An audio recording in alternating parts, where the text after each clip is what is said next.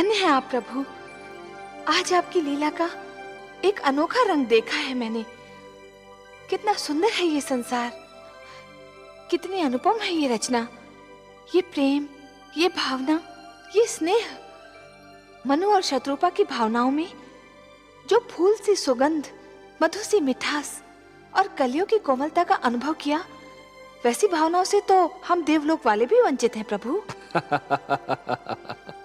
आपको अच्छा लगा महादेवी?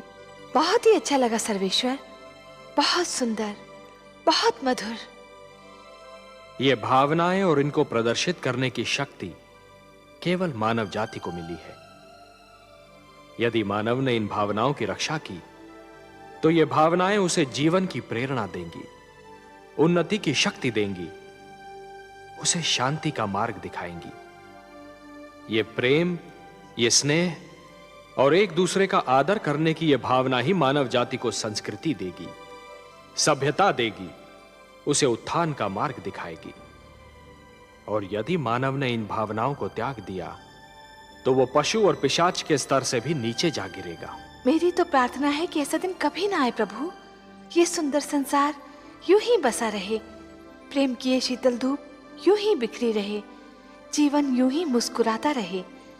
मुझे तो इस धरती और इस जीवन से स्नेह हो गया है प्रभु। भगवान श्री विष्णु की मुस्कान बता रही थी कि माता लक्ष्मी ने अभी संसार का एक ही रूप देखा है। दूसरे रूप का ज्ञान तो केवल भगवान विष्णु को ही था। वो जानते थे कि क्या होगा और वही हुआ। परंतु मानव जन्म के साथ ही मानव के मन में जन्म लिया महत्वाकांक्षाओं ने, लालसाओं ने। मानव जाति बलवान और निर्बल, छोटे और बड़े, निर्धन और धनवान, राजा और रंक के वर्गों में बंटने लगी। शक्ति अभिमान में, बल अत्याचार में और प्रेम व्यभिचार में बदलने लगा। हिंसा भड़क उठे, युद्ध होने लगे। मेरे आंगन में रक्त की बाढ़ आ गई।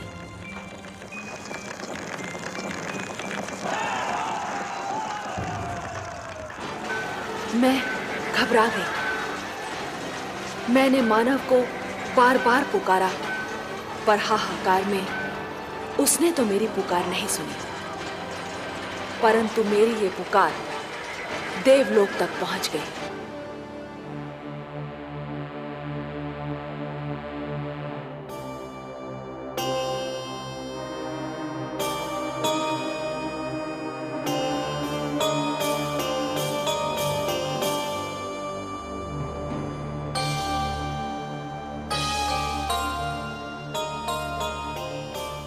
क्या बात है महादेवी? आपके इन सुंदर नैनों में आश्चर्य और विस्मय की छायाएं क्यों तैर रही हैं?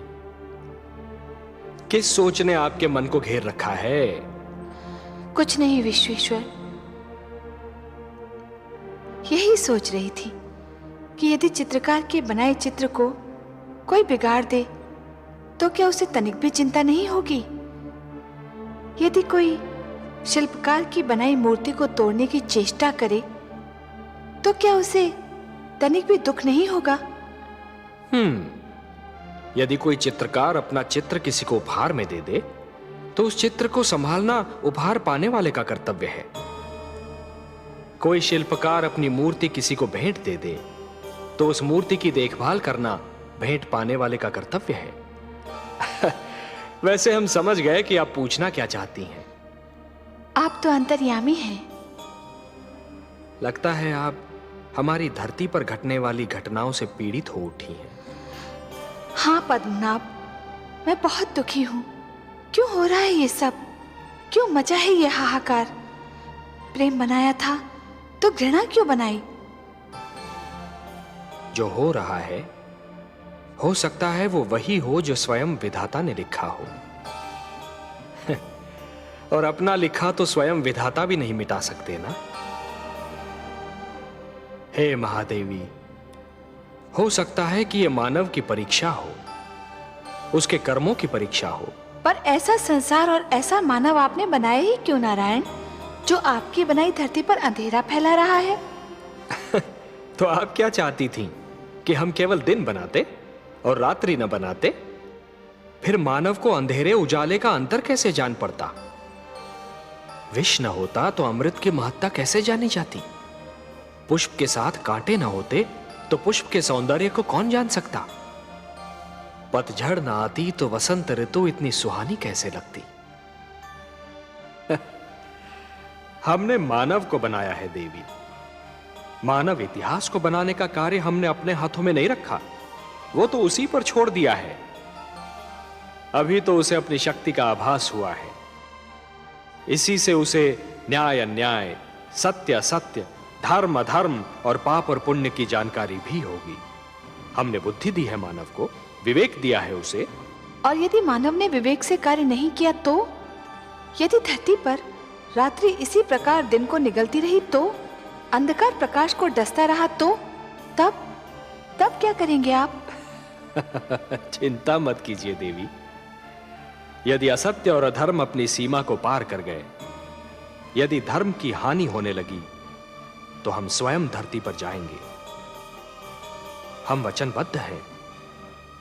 परित्राणाय साधूनाम विनाशाय च दुष्कृताम धर्म संस्थापनार्थाय संभवामि युगे युगे।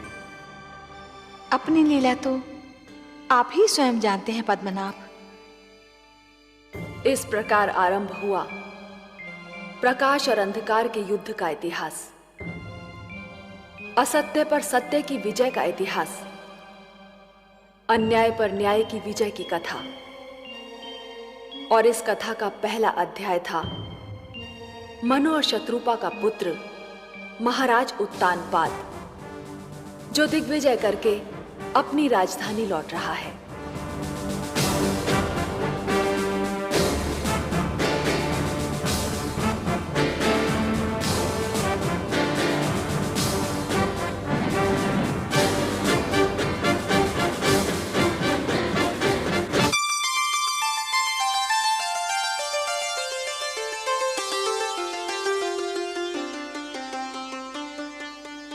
महारानी सुनीति की जय हो। महाराज उत्तानपाद दिग्विजय से लौटकर आ गए हैं। महारानी चलकर उनका स्वागत नहीं करेंगी?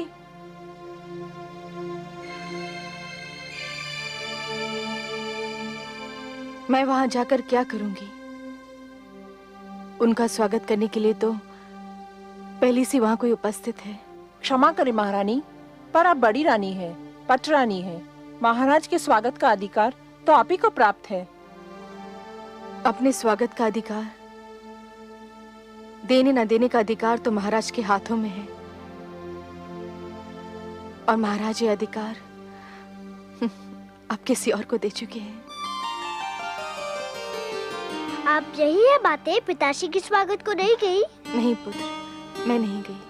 फिर मैं जाऊंगा पिताश्री का स्वागत करने। तुम भी ना जाओ पुत्र। क्यों बातें? मैं नहीं चाहती कि इतनी कम आयु में तुम पीड़ा और दुख जैसे शब्दों का अर्थ जान लो। तुम्हारे कोमल मन को तनिक भी ठेस लगी ना, तो मैं सहन नहीं कर पाऊंगी। मैं समझा नहीं माताश्री। अभी छोटे हो ना, बहुत सी बातें तुम्हें समझ नहीं आएंगी। पर माताश्री, मैं उनसे मिलने को व्याकुल हो रहा हूँ। इतने दिनों बाद तो लौटे हैं पिताश्री। जहाँ इतने दिन राह देखी है, थोड़ी देर और प्रतीक्षा नहीं कर सकते? वो यहीं आएंगे। एक बात पूछूं माते? अवश्य पूछो। क्या वृक्ष की छाया वृक्ष से दूर रह सकती है? कदापि नहीं। तो फिर पुत्र अपने पिता से कैसे दूर रह सकता है? पिता के प्रेम पर पुत्र का जन्मसिद्ध अधिकार है।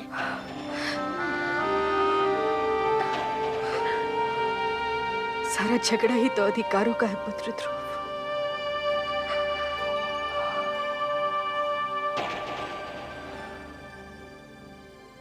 अधिकारों का है।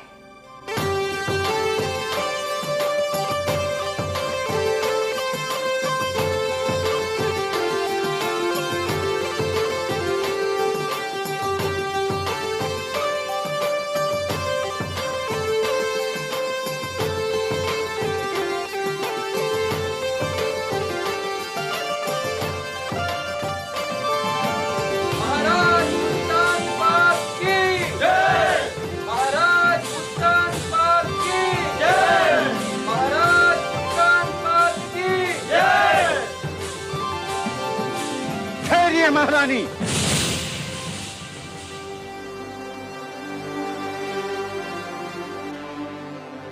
ये उचित नहीं है। क्या उचित नहीं है? महाराज के स्वागत का प्रथम अधिकार बड़ी रानी को प्राप्त होता है। किंतु ये अधिकार महाराज ने बड़ी रानी से लेकर हमें दे दिया है। क्या अंतर पड़ता है गुरुदेव? दोनों ही हमारी रानियां हैं और दोनों में से कोई भी हमारा स्वागत कर सकती है। राजा प्रजा का आदर्श होता है महाराज। राजा जो कार्य करता है प्रजा उसी का अनुकरण करती है। राजा मार्गदर्शक होता है, समाज उसके पीछे चलता है। उचित अनुचित की परिभाषा भी राजा ही बनाता है।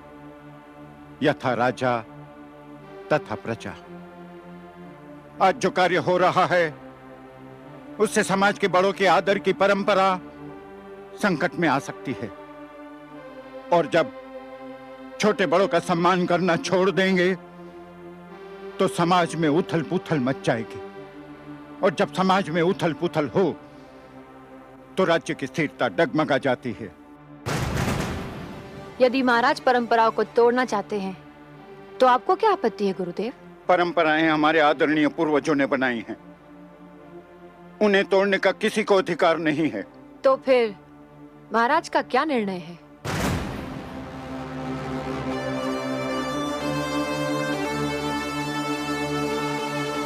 हमारा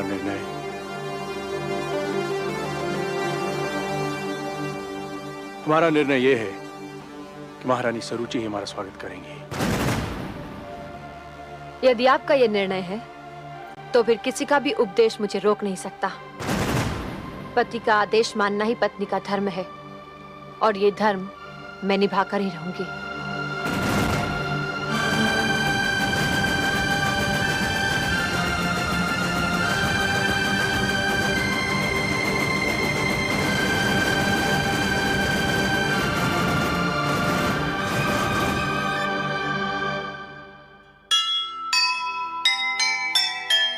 जैसे चले महान जन वैसे चले समाज,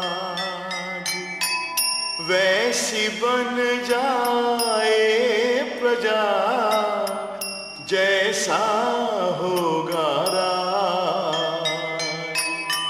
टूटी अगर परंपरा टूटेंगे आदर्श, दुख ही दुख छा जाएंगे, मिट जाएंगे हर्ष,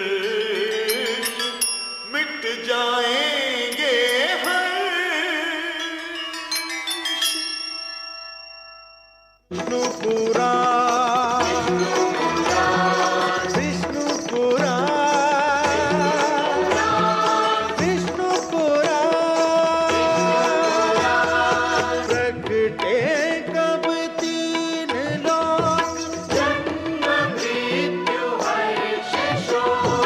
पृथ्वी